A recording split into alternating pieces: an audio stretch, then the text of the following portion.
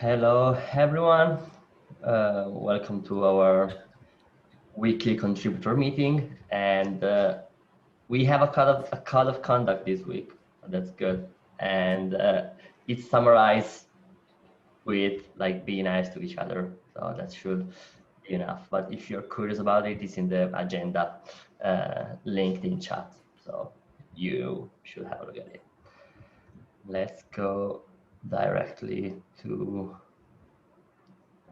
the important part. So this is our agenda, and today the first two items are from Dan. So if you want to kick it off, let's go. Sure. Thank you very much.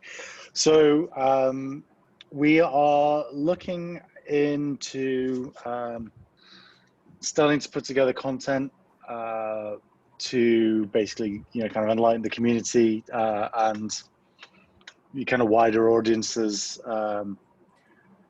who are interested in kind of bare metal provisioning and things such as that. So we're at the beginning, we're looking at kind of doing a number of webinars that kind of build up from the basics all the way down to kind of what Tinkerbell does, how it works, the metadata services, the installing kind of technologies and things like that. So just kind of wanted to bring everybody's attention to the fact that that's kind of going to be something that's coming. And also, if anybody does have any ideas or areas that they would like to know more about, so if there is anybody who's perhaps been working on Tinkerbell or is wanting to learn about Tinkerbell but wants to know more about anything in particular, it'd be good to kind of capture that either in the chat or add it to comments in the documentation. Doesn't necessarily have to be about Tinkerbell itself. It can be about kind of the underlying technologies that perhaps power bare metal provisioning, or even to a degree some of the history behind how it kind of came about and whatnot. We've already kind of put together quite a bit of content around this. It'd just be good to kind of get people's feelings. So feel free to add anything if there is anything in particular that you would like to know more about that we can kind of put into these webinars for the larger public. And then following on from that, DigitalOcean are doing their yearly Hacktoberfest. I think it was Gurav that brought this to our attention. So we are toying with the idea of kind of jumping on the Hacktoberfest bandwagon. Again, if anybody has any ideas, or I haven't really looked into it so far. I don't know if we need to form like teams or groups or whatever, but more than willing to kind of help anybody who wants to kind of get involved and do this. It'd be good for the project, but it'd also be kind of a fun thing to do as well. So those are kind of the first two areas and thoughts I'd like anybody who's interested to have a think about and kind of add stuff to it. Yeah, so we found, so one of the other case studies for this one is from SendGrid during the time that I was there, and had a huge amount of success with it. A lot of the work is actually packaging up and pointing new contributors at things that are less daunting to take care of, and so getting people in the shallower end of the pool as well. Cool. I had a question, Dan, actually. Where are we going to put those videos and webinars? Good question. Under most circumstances, I would presume that they would go to the Tinkerbell YouTube channel, okay, which is where these recordings also go. Awesome. We would probably create a separate playlist for webinars and a separate playlist for recordings of these meetings. Good. But I don't know if Jeremy has any additional places that he thinks videos should also be going. To be determined, but probably places like Twitch and so on. Yeah. We're still shaping if things are going to go in corporate or also in partially in individual accounts, and so we're still sorting it out. I did participate in Hacktoberfest last year, so I'll be happy to contribute any way possible, be it marking the issues that can be open for Hacktoberfest, plus opening new issues, which could be like first good issues for a few people. Yeah, I will take care about adding a new label for the Oktoberfest in all the repositories, so you can just label them. Excellent. We'll need to make sure it's like an orange color, given that it's the whole Halloween October kind of thing. So a good pumpkin color, I think. I did that for a few other projects, so I'm expert on that. I can pick the right orange color, I presume. Cool. So if can we have ideas as part of the agenda? Like I saw that there is a new the first one, like intro to bare metal provisioning. Should we just add more down that list? Yeah, sure. Okay. Yeah, just trying to figure out how to send you suggestions. Okay, next one is mine. We started to, as a consequence about the next point about the event-driven Tinkerbell, one of the requirements that we figured out for that was to have a migration path, so the Tink server can eventually change or add more tables or indexes in Postgres. So there is a pull request and an issue with the details about how it is shaping. I think as it is today, we probably got like good set of feedbacks and the implementation is there. So I think we're close to get it in a good state. So have a look and let us know if something trigger your attention about the implementation. And that's it for me. So Gareth, it's on you. So I wanted to bring up to everyone's attention that we have been working on to drive Tinkerbell towards the event-driven thing. The links are in the document for the proposal and the implementation that is in progress. Last Thursday, I did a small demo with what I had in working state. And then today I will again do a very quick demo if I can share my screen, which I cannot at the moment. So if you could give me the rights. I think you can. Okay. Oh, I have to stop mine. Okay. Is it? I hope it's visible to everyone. Yes.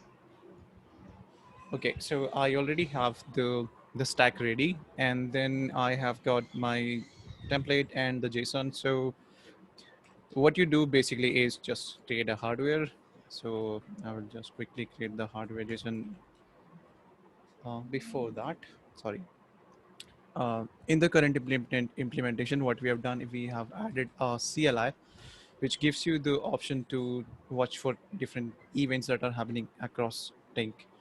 This is the very basic implementation where you can just watch for all the events, and what it does, it starts a listener and which is going to listen for all the events. Since this is a work in progress, a little disclaimer: and in this current state, it only reports you the events generated from workflow. So what I mean by that is when I create a hardware, I will not see any event being published. So I've created a hardware, and if I do a hello,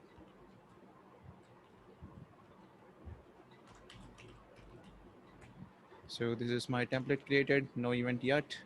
And if I go to now, what I'm doing here is I'm creating a workflow with the given template, and I should see an event received. So I have received an event actually.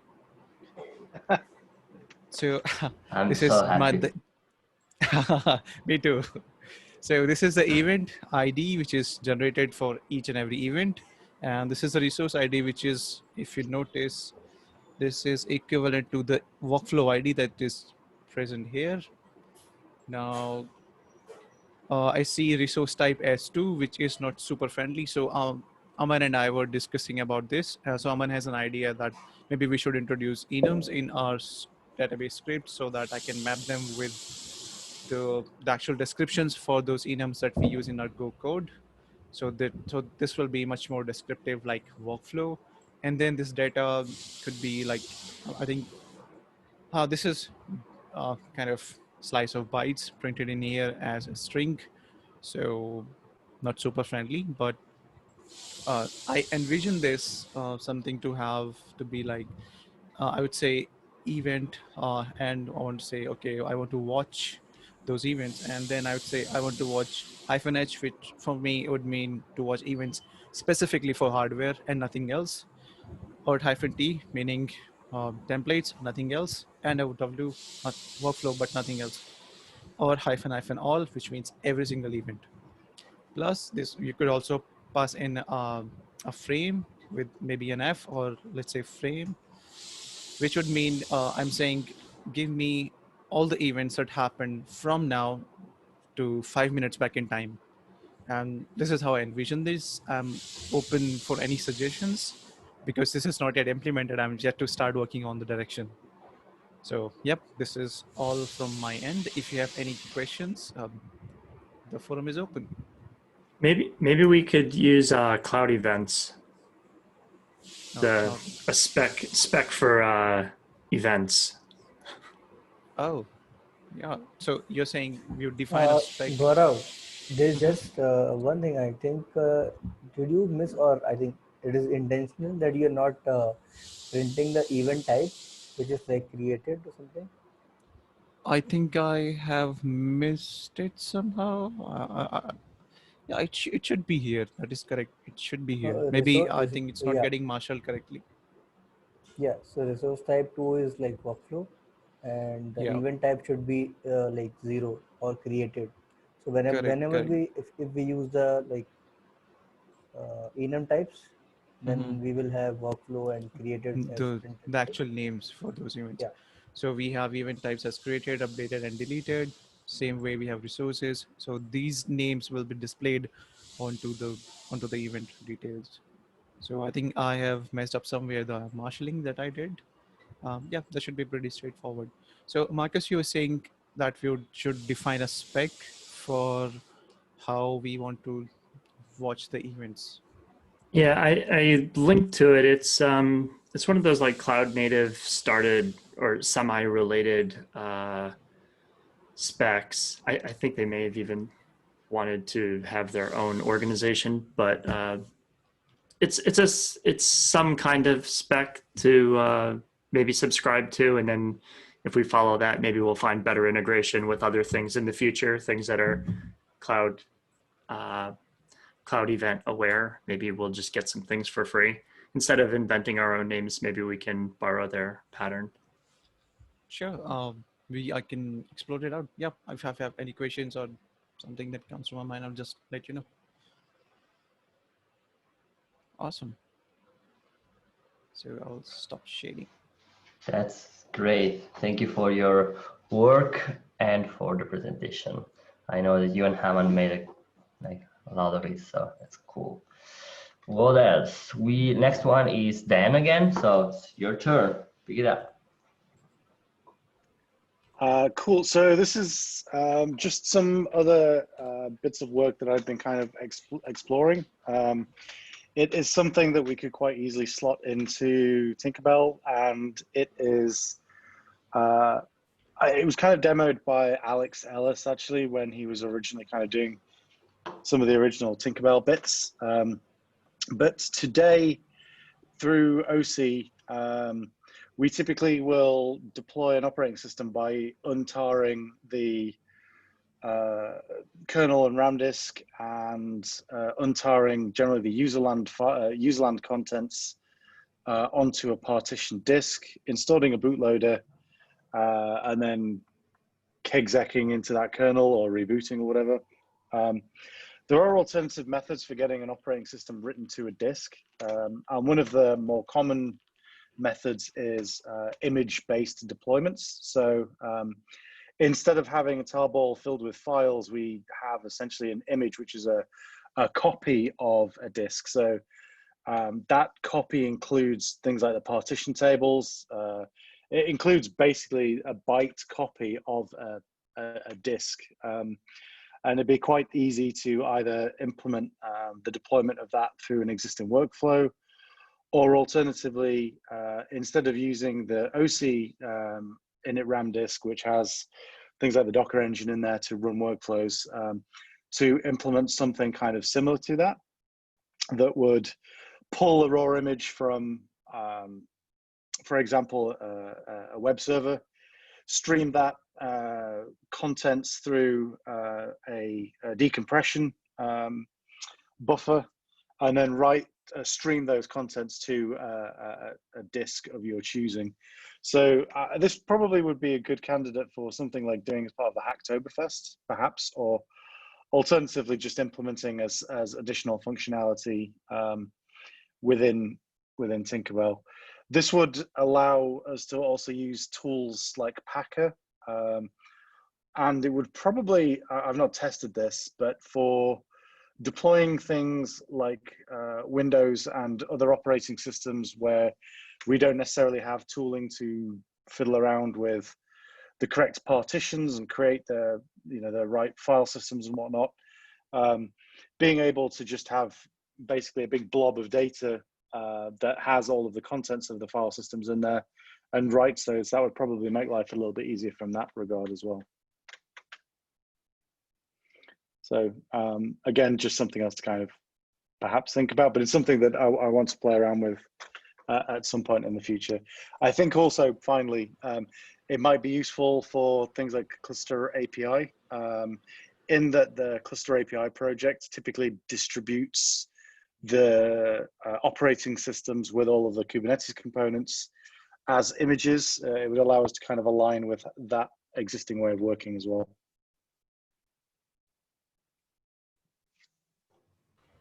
I think then this is something that should go as a webinar as well, because not so many people like me do not understand how those images are built or how you approach this. So I think, yeah, it should be one of the topics that I would really love to know under the webinar. So. Okay.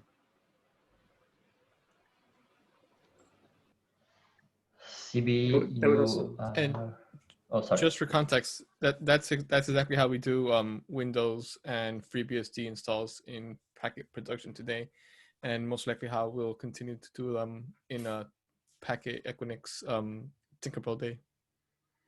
Oh, okay. So That's very relevant. Yeah. Yeah. If you look into Aussie, if you look into there's a WOSI, WOSIE.sh, and Frozzy. And those where they're at. They're not workflowized, right? There's just kind of the old way of doing things, but it's basically that. It's streaming in from an HTTP service. Right. Okay. Interesting. Other OSs that would help for are like the Red Hat container OS and using official Ubuntu images, official Fedora images, etc. Everybody expects you to have partitions. Just writing things from a Docker image, you don't get ACLs, you don't get file system features that the Docker image can't contain, like ACLs and SE Linux permissions. Can't support a lot of things. I know, like internally at Packet, we've had a few like efforts underway to like kind of rewrite how the images are created. I know that there was like some work for like Packer-based workflows, and I think that's how we're doing Ubuntu ones today and things like that.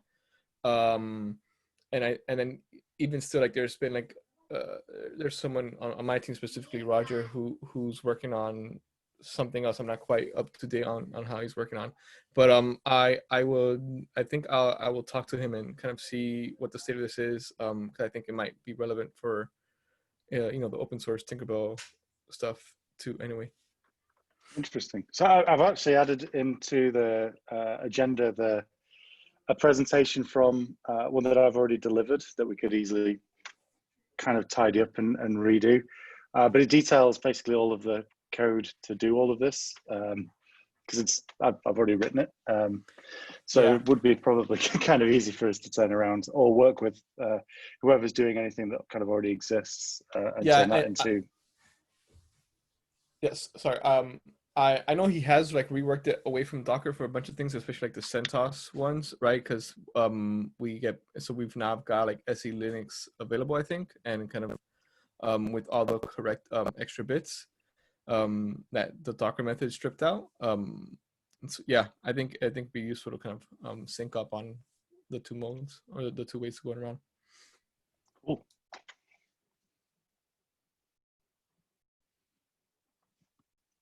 That's it for me. Dan, do you have your talk recorded somewhere? No, it wasn't until we'd finished doing because it was a Golang thing. It was meant to be recorded, and the person doing it forgot to actually click the record button. So I mean, I'd quite happily re-record it or deliver it again. Sure. If it's things that people would be interested in hearing about. Yep.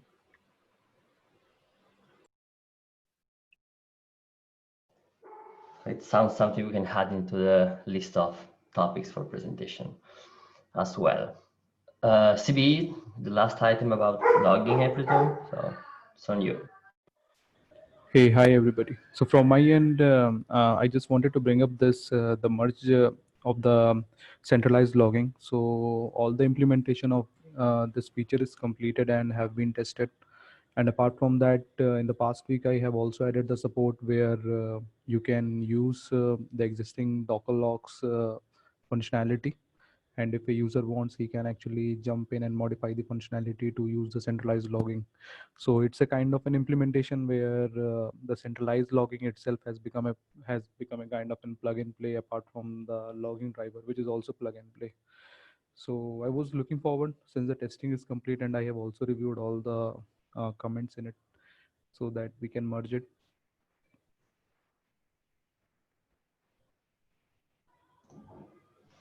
Sounds good. Okay. I think I will have a look at them, and we will try to get them in. They are open. It's too much, so they have to go somewhere. Yeah, I think we are done with the items in the docs. So if there is something to add here, yeah, do it now.